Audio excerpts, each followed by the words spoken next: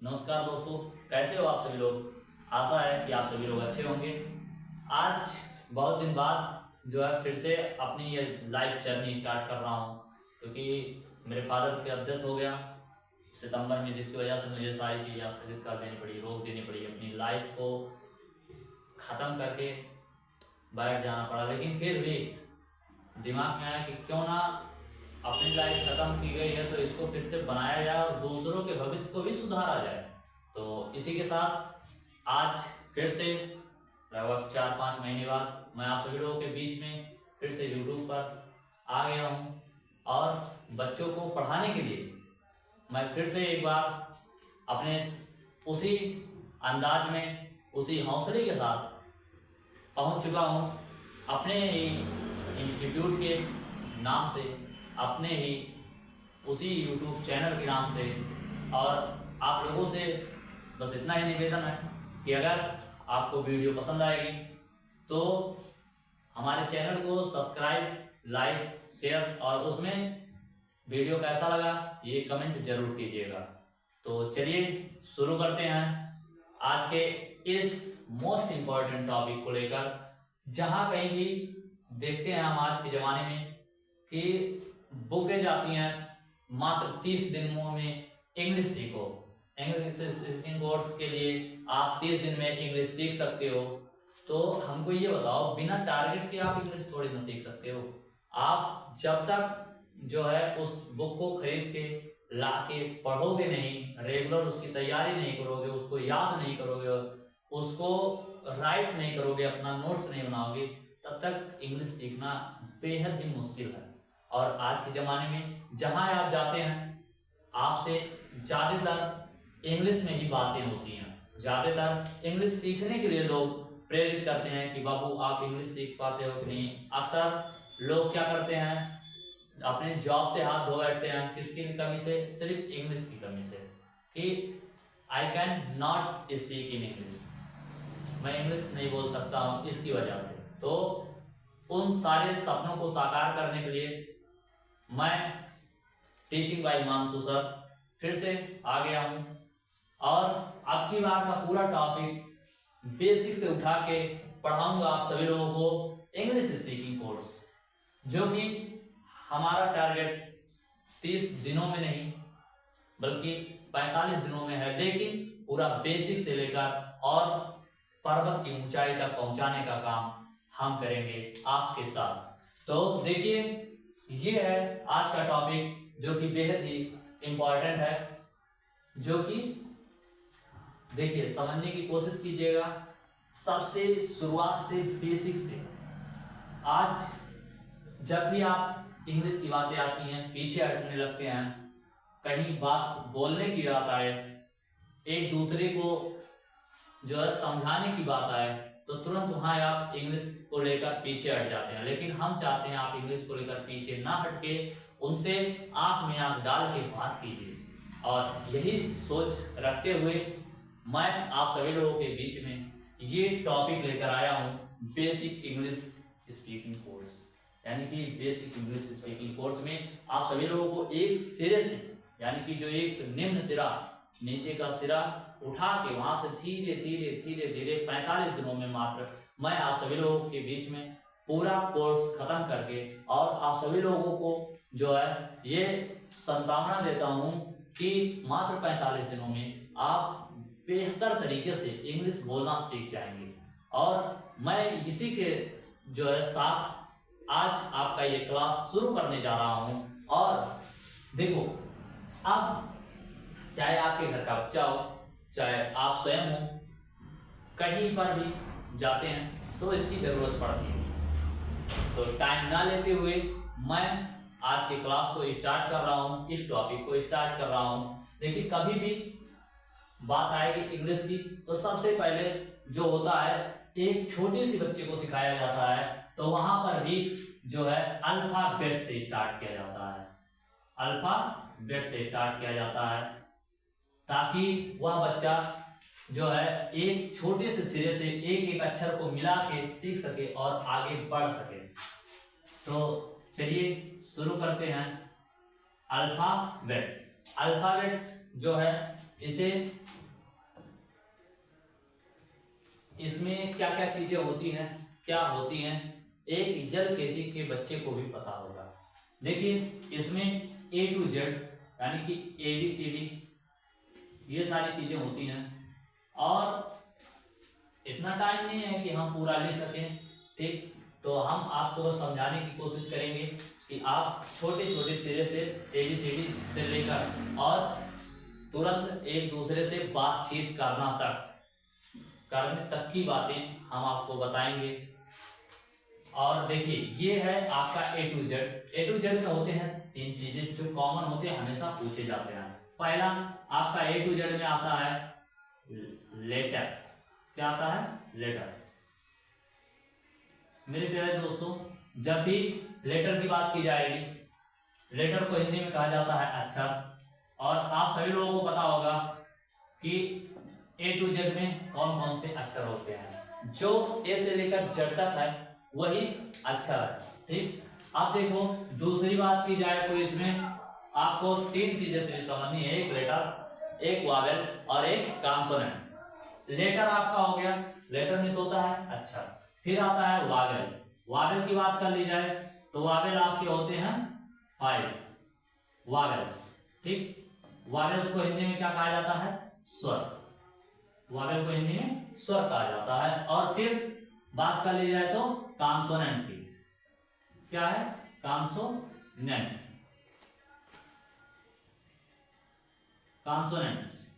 Consonants को हिंदी में क्या कहा जाता है? व्यंजन कहा जाता है। जिस प्रकार से आपका छोटा से ज्ञ तक में व्यंजन स्वर छिपे होते हैं, द्वंद्व स्वर छिपे होते हैं, उसी तरीके से इसमें जो है आपका वावेल और कॉन्सोनेंट छिपे होते हैं। देखिए ये है आपके व्यंजन। अब बात कर ली जाए लेटर की। A to Z में कितने लेटर्स होते हैं? तो मेरे प्यारे दोस्तों, आप सभी लोगों को पता होगा कि A to Z में टोटल लेटर्स की संख्या जो होती है वो 26 होती है। 26 लेटर्स होते हैं। और वहीं पर आपकी वावेल्स की बात की जाए तो टोटल वावेल्स आपके 5 होते हैं। टोटल वावेल्स 5 होते हैं। और ये वावेल्स हैं A, E, I, O and U। क्या है? U, ठीक। और व्यंजन की बात कर ली जाए तो व्यंजन आपके यानी कि कॉन्सोनेंट आपके कितने होते हैं? 21 होते हैं। इस पांचों को छोड़ के A to Z में जो भी बचते हैं बाकी सब क्या है? कॉन्सोनेंट है। और कॉन्सोनेंट की बात जब की जाएगी तो याद रखिएगा कि जब भी इसका वाक्य बनेगा, इसका वर्ड बनेगा, यानी कि इसका शब्द बनेगा, इसका सेंटेंस बनेगा, तब वह वावेल्स को मिला के ही बनेगा। और जो वावेल्स में प्रयोग होते हैं ज्यादातर वही कॉन्सोनेंट में प्रयोग होते हैं। देखिए जैसे एक समझाने की कोशिश किया जाए, लेटर के बाद आपका लेटर, वावेल्स और कॉन्सोनेंट, ये आप समझ चुके होंगे। तो आगे देखिए इसके बाद क्या आता है आपका? वर्ड। क्या आता है? वर्ड। वर्ड मींस होता है शब्द। वर्ड मींस क्या होता है? शब्द। A word are group of letter. देखो ये जो आपका वर्ड है यानी कि जो शब्द है, ठीक है। अब शब्द की बात की जाए तो देखिए शब्द जो है, शब्द क्या होता है, वर्ड क्या होता है। तो वर्ड देखिए, वर्ड का डिफिनेशन वेरी सिंपल है। वर्ड का डिफिनेशन वेरी सिंपल है। देखिए वर्ड क्या होता है? बहुत सारे लेटर्स मिलके एक वर्ड बनाते हैं, यानी एक शब्द बनाते हैं। बहुत सारे अक्षरों का एक समूह होता है जिसका कुछ मीनिंग यानी कि जिसका कुछ अर्थ निकले, उसे वर्ड कहते हैं, ठीक। यानी कि अगर इंग्लिश में बात की जाए तो a word are group of letters give in meaning, जिसका कुछ माने निकले वही क्या है? आपका वर्ड है, यानी कि शब्द है। जैसे फॉर एग्जांपल में अगर वन लेटर की बात की जाए, देखिए वन एच और प्लस ई, अगर इसकी बात की जाए तो ये क्या होगा आपका? ही, जिसका कुछ माने निकलेगा, यानी कि ही मींस हुआ। इस तरीके से आपको ऐसे शब्द बनाने हैं, ऐसे वर्ड, ठीक है, ऐसे वर्डों का समूह। देखो ऐसे ये लेटर का समूह है। एक लेटर ये हो गई, ये आपका क्या है? लेटर है और ये भी आपका लेटर है। तो ये लेटर लेटर का क्या हो गया, कॉम्बिनेशन हुआ, यानी कि लेटर लेटर क्या हुए, आपके जुड़े ग्रुप हुए, एक ग्रुप में आए, एक ग्रुप में आए और इसका कुछ माने निकला, इसका कुछ क्या हुआ, माने निकला। यही क्या हो गया, आपका वर्ड हो गया, शब्द हो गया। जैसे यच और ई जब हुआ, यच और ई को मिलाया गया तो क्या बना, ही बना, और ही क्या हुआ, ही का कुछ माने निकला, ही मींस वह। तो इसी तरीके से जब आप बनाओगे लेटर्स, 2 लेटर्स, 3 लेटर्स, 4 लेटर्स, आपस में उसका जो है ग्रुप बनाओगे, आपस में उसको ऐड करोगे, तो वो ऐसा होना चाहिए जिसका कुछ अर्थ निकले, यानी कि जिसका कुछ शब्द बन सके, वर्ड बन सके, वही आपका वर्ड होगा, वही आपका क्या होगा, लेटर्स का समूह जो हो वही वर्ड हो। और यही वर्ड आप लोग देखो, अब इसी में जैसे आपका बना दिया जाए, ठीक, ही हो गया, बहुत सारे जैसे 4 का अगर कॉम्बिनेशन कर लिया जाए, ठीक, बी ओ ओ के, अगर इसका कॉम्बिनेशन कर लिया जाए, इसको एक साथ जोड़ दिया जाए, इसको एक ग्रुप में रख दिया जाए, तो क्या बन जाएगा आपका बुक। और जब बुक बनेगा तो आपको पता है कि बुक मीन्स क्या होता है, किताब, ठीक, बुक मीन्स किताब। इसी तरीके से आपको ये इतना पूरा याद करना पड़ेगा और समझना पड़ेगा। जहां पर भी मेरे प्यारे दोस्तों आपको कोई दिक्कत होगी, कोई समस्या होगी, तो वहां पर आप कमेंट में हमसे पूछ सकते हो। यहां तक कि आपको जहां भी ये लगे कि हाँ हमको ये चीजें नहीं समझ में आ रही हैं, उस टॉपिक को उठा के वहां से, जैसे आपका ये लिखे हैं, हो सकता है इसमें थोड़ा बहुत कहीं दिक्कत हो, तो आप क्या करोगे, इसको पूछ लीजिएगा कि सर यहाँ कैसे होगा। और मेरे प्यारे दोस्तों आपको फिर एक बार बता दूं कि ये इंग्लिश ना ज्यादा हार्ड है, ठीक, ना ज्यादा इजी है, ये इंग्लिश स्पीकिंग बिल्कुल बीच का है, निम्न है। आपको बस करना यही है, थोड़ा सा टाइम देना है, थोड़ा सा सीखने की जरूरत है आपको।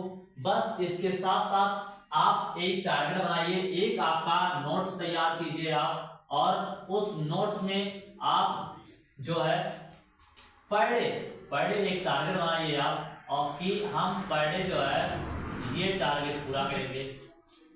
और टारगेट में क्या रहेगा, 10 मीनिंग पर डे, 10 मीनिंग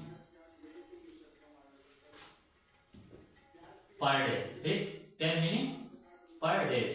ये जब आपका रहेगा 10 मीनिंग पर डे, तब आप जो है इस चीज को समझ सकते हो, इस चीज को पढ़ सकते हो, इस चीज को याद कर सकते हो।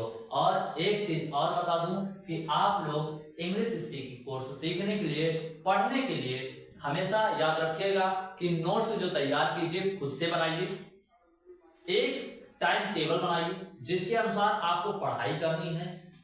और जहां भी जो भी चीजें हैं कि ये हमारे लिए, जैसे वर्ड है, वर्ड हमारे लिए इंपॉर्टेंट है, इसको हाइलाइटर से जो है हाईलाइट कर दीजिए, ताकि कभी भी आपको जरूरत पड़े दोबारा एक बार जो है उस टॉपिक को, उस पेज को जब पलटोगे, आप देखोगे, तब आप तुरंत इस पे नजर जाएगी आपकी, और आप क्या कर सकते हो, उस चीज को एक बार समझ सकते हो, एक बार लिख सकते हो, और फिर लिखने के बाद या याद कर सकते हो। याद करने के बाद आप कहीं भी रहोगे, ये चीजें आप खुद ही नहीं बल्कि कभी भी, ये मेरा टारगेट है कि आप जीवन भर नहीं भूलोगे। जो जो चीजें आप सच्चे मन से पढ़ लोगे, अच्छे से पढ़ाई कर लोगे, नोट्स तैयार करके, नोट्स टारगेट ये पूरा करके 10 मीनिंग अगर पर डे आप याद कर रहे हो, तब भी आप बहुत सारी चीजों को याद कर सकते हो। अगर आप सोच लीजिए खुद से, अगर आप पर डे 10 मीनिंग्स तैयार कर रहे हो, तो आपका 10 डेज में 100 मीनिंग होगा, और 30 डेज यानी कि मात्र 30 दिनों में आप 300 मीनिंग ये तैयार कर लोगे। फिर आपको मैं टारगेट कर दूंगा, आज ही एक टारगेट और दूंगा इसका मीनिंग लिखने के लिए, यानी कि आपको A to Z के लिए मैं मीनिंग लिखने के लिए दूंगा टारगेट। आपको उसी में ये करना है, और अपने नोट्स को तैयार करो, उस नोट्स में ये सारी चीजें बनाना पड़ेगा। और याद रखिएगा, कभी भी पढ़ना पड़े तो इतनी शिद्दत से पढ़ाई करो कि कम समय में आप नौकरी पा जाओ और अपने माँ बाप का नाम रोशन कर सको। पढ़ाई का मतलब यही होता है, ना कि पढ़ाई का मतलब पूरी जीवन सिर्फ पढ़ते रहो और ना घर के रहो ना घाट के रहो। यानी कि जो बाहर जाके बेचारे नौकरी के लिए, नौकरी की तलाश में तैयारी करते रहते हैं, पढ़ते रहते हैं प्रयागराज जैसे शहरों में, मुखर्जी नगर जैसे शहरों में, और लास्ट में जब वह घर निराश होके आते हैं तब उनको बहुत सारी चीजों को झेलना पड़ता है। समाज को झेलना पड़ता है, माँ बाप को झेलना पड़ता है, और माँ बाप की नजरों में बच्चे गिर जाते हैं। आपको मैं इसलिए बता रहा हूं कि आप लोग उस चीज को समझते हुए खुद से अगर सेल्फ स्टडी कर रहे हो, मोबाइल से ही आप ऑनलाइन पढ़ रहे हो, ऑफलाइन पढ़ रहे हो, कोई भी टॉपिक पढ़ रहे हो, तो उसको इतनी शिद्दत से पढ़ना कि 2 बार समझने के लिए तीसरी बार आपको ना समझना पड़े। और कहीं भी कोई दिक्कत हो रही है तो ये हिमांशु सर का वादा है कि आपके लिए, इस कोचिंग सेंटर के लिए, जो कि YouTube पे पहुंचने का ये मार्ग जो है, मेरा जर्नी कोचिंग सेंटर से स्टार्ट हुआ, शिक्षा कोचिंग सेंटर से, तो मैं हमेशा जो है आप सभी लोगों के लिए तैयार रहूंगा। जहां जिस टॉपिक में आपको दिक्कत आएगी आप उस टॉपिक को उठा के पूछिएगा, मैं जरूर वहां आपकी मदद करूंगा और उस पर भी एक वीडियो बना के मैं आपको समझाने की कोशिश करूंगा। तो इसीलिए इतने सारी चीजें आपको याद होनी चाहिए। थोड़ा थोड़ा अगर पर डे आप पढ़ाई करोगे तभी आपका याद हो जाएगा, लेकिन आपको बस करना इतना है कि 1 घंटा आपको इसके लिए निकाल लेना है। ठीक, इसके लिए आपको एक दिन में 1 घंटा निकाल लेना है। आपको 10 मिनट 20 मिनट ज्यादा टाइम तक अगर हो गया तो आधा घंटा तक हमारा ये क्लास चलेगा। उसके बाद आप इसको जो है अपने नोट्स में लिख कर और हाईलाइट करके, जो मोस्ट इम्पॉर्टेंट क्वेश्चन आपको लगे कि हाँ ये हमको जो है तैयार कर लेना चाहिए, थोड़ा देख लेना चाहिए, इसमें थोड़ा ज़्यादा फोकस करना चाहिए, उस तरीके से आप इस चीज़ को तैयार करोगे तो ये मुझे लगता है कि आप बहुत जल्दी से जो है इंग्लिश स्पीकिंग कोर्स बोलना और लिखना, पढ़ाना सब जान जाओगे। तो चलिए, इसके बाद देखिए, ये आपका वर्ड हो गया, अल्फाबेट हो गया। अल्फाबेट में जो है टोटल कितने चीजों को देखना है? 3 चीजें। कौन कौन से? Letter, vowel and consonant. Letter, vowel and consonant. Letter की संख्या कितनी होती है? 26। वावेल की संख्या कितनी होती है? 5। कौन कौन से? A, E, I, O and U. ठीक, A, E, I, O and U. फिर कॉन्सोनेंट की संख्या 21। वर्ड क्या होता है? Word are group of letter that given in meaning. जो अक्षरों का समूह हो और उसका कुछ अर्थ निकले, वही क्या हो गया? आपका शब्द हो गया। फिर आपका नोट्स तैयार करके आना है। आगे देखिए, इसी में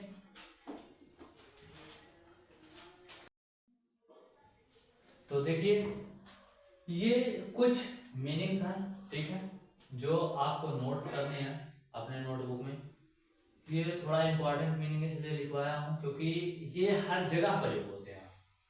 ये कभी भी आप स्टार्ट करेंगे, किसी से क्वेश्चन पूछना होगा, कुछ मांगना होगा, ठीक है, ये छोटी छोटी मीनिंग है जो कि आज आप लोगों के लिए सिर्फ ओनली 24 मीनिंग जो है हम दे रहे हैं आपको याद करने के लिए, अपने नोट्स में लिखने के लिए। बाकी आप सभी लोगों को बता दूं कि आप सभी लोगों के लिए HW इसके बाद भी है आपका HW, जो कि आपने नोट्स में लिखना है। आपको क्या करना है? A to Z में 26 लेटर होते हैं। आपको पर लेटर से, मतलब A फॉर, जिसे आपसे कहा जाए A फॉर, ठीक, तो A फॉर क्या कीजिएगा आप? जैसे एप्पल, ये तो याद है, अगर ए फॉर एप्पल है फिर उसके बाद आंट। ठीक, इस तरीके से दो मीनिंग्स, आप एक लेटर का दो मीनिंग्स अगर याद करेंगे तो आपको पता है कि आपका 26 से, जब आप जो है 26 मीनिंग ए से लेकर जेड तक याद करेंगे, तो जब दो करेंगे तो आपका कितना हो जाएगा टोटल 52। ठीक, 52 मीनिंग्स आपका ये एक दिन में कंप्लीट हो जाएगा। और एक दिन में सोचो ये 52 मीनिंग प्लस आपका जो ये है 24 मीनिंग्स। ठीक, टोटल आपका जो है इसका 76 मीनिंग वन डे में कंप्लीट। फिर रेगुलर इसी तरीके से 70 मीनिंग्स, 100 मीनिंग्स आपको खुद व खुद जो है प्रिपेयर करना पड़ेगा, तैयार करना पड़ेगा।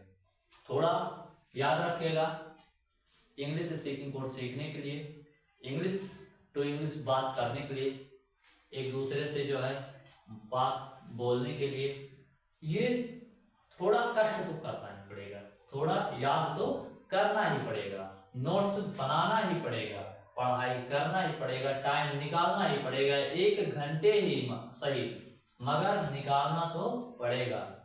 क्योंकि डरकर किसी की नौका पार नहीं होती और कोशिश करने वालों की कभी हार नहीं होती। तो इसीलिए याद रखिएगा, ये इतना मीनिंग्स आपको याद करना है। अगर वीडियो पसंद आई हो, ठीक, तो हमारे इस छोटे से चैनल को सब्सक्राइब कर लीजिएगा, जिससे आप हमसे डायरेक्ट जुड़ सकें और आगे जो है छोटी छोटी चीजें सोच समझ के, पढ़ के, यहाँ से कुछ सीख के जाइए, जिससे आगे जीवन में भी आपको ये सारी चीजें कभी नहीं सताएंगी कि काश मुझे इंग्लिश आता तो मैं जॉब से ना निकाला जाता। ऐसा कभी नहीं होगा हमारे रहते हुए। तो हम चाहेंगे कि आप लोग हमसे जुड़िए और इंग्लिश स्पीकिंग कोर्स को मात्र 45 दिनों में सीखिए बेहतर तरीके से। धन्यवाद। जय हिंद, जय भारत।